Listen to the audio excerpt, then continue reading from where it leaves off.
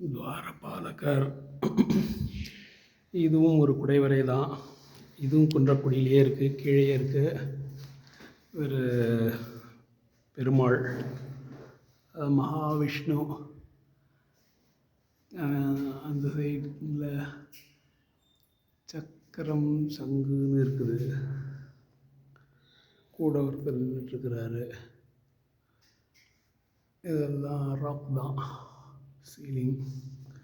இதெல்லாம் அந்த cubical rock cut pillars. சரிதா?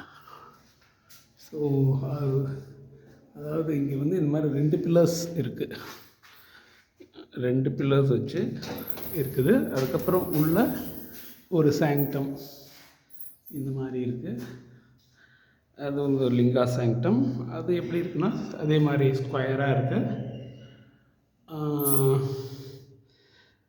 அதே மாதிரி லிங்காவுடைய பீடமும் ஸ்கொயராக இருக்குது, ஆவுடையாரும். இதெல்லாம் ஃபுல்லாக ராக்கெட் தான். ஸோ இந்த இடத்துல என்ன பண்ணியிருக்காங்கன்னா, இந்த பில்லருக்கு பக்கத்தில் ஒரு சின்னதாக ஒரு இது மாதிரி ஆட் பண்ணியிருக்கிறாங்க. ஸோ இந்த சைடு ஒரு துவாரபாலகர் பார்த்தீங்க இல்லையா? ஸோ அது மாதிரி நேர் ஆப்போசிட்டில் அந்த சைடில் ஒரு துவாரபாலகர் இருக்கார். இடையில் ஒரு வால் கொடுத்துருக்குறாங்க. அதனால் அந்த வாலை பார்த்து நீங்கள் கன்ஃபியூஸ் ஆகணும். இதான் நல்ல வியூ ஆஃப் த துவாரபாலா. பார்த்தா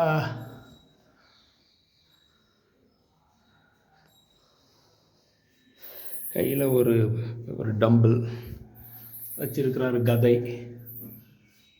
அப்புறம் சைடில் பின்பக்கத்தில் ஒரு இது வந்துருக்கு, அது என்னன்னு தெரியல.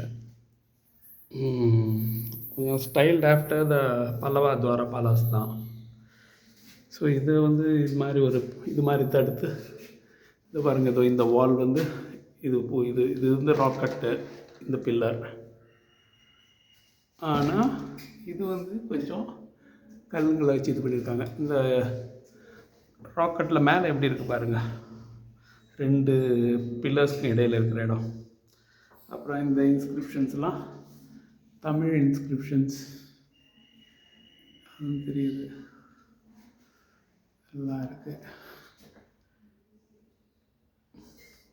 இந்த வால் இவங்க ஒன்று ஆட் பண்ணியிருக்காங்க, பின்னாடி கருங்கல்லால் ஆட் பண்ணியிருக்காங்க. ஆனால் இங்கே இது வந்து சைடில் இங்கே ஒரு சின்ன ஒரு ரிலீஃப் ஆஃப் கணபதி தெரியுதுங்களா? இதுதான் இந்த ஏரியாவில் இருக்கிற கணபதி. அது இதில் ஒரு விஷயம் என்னென்னா, மேலே கிரீடம் இல்லாமல் இருக்கிறாரு கணபதி.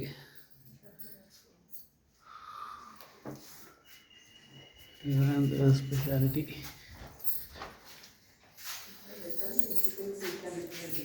பார்த்துக்கோங்க, தரிசனம் பண்ணிக்கோங்க.